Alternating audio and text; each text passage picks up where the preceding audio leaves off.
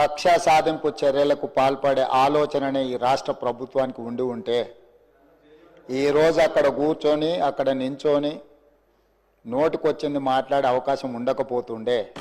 చెంచల్గూడలో చెర్లపల్లిలో మమ్మల్ని ఎక్కడైతే పెట్టినరో డిటెన్షన్ సెల్లో ఎవరిని కలవకుంటే నిర్బంధించినరో అక్కడనే మీరుండేటోళ్ళు.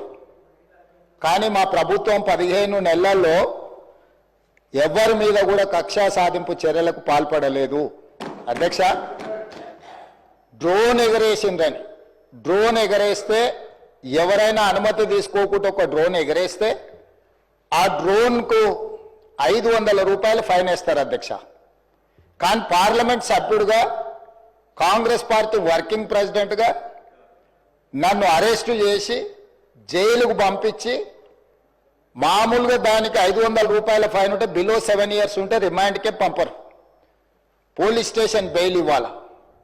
కానీ అధికారాన్ని అడ్డం పెట్టుకొని అన్ని రకాల వ్యవస్థల మీద ప్రభావితం చేసి చెర్లపల్లి జైలుకు పంపించి నక్సలైట్లు, ఐఎస్ఐ తీవ్రవాదులు ఉండే డిటెన్షన్ సెల్లో ఒక కాంపౌండ్లో ఏ ఒక్క ఖైదీని లేకుండా 7 ఫీట్లు బై 12 ఫీట్లు ఉంటే అందులో 3.5 ఫీట్లు పండుకోవడానికి దిమ్మె ఉంటుంది, ఒక చిన్న బాత్రూమ్ ఉంటుంది అధ్యక్ష.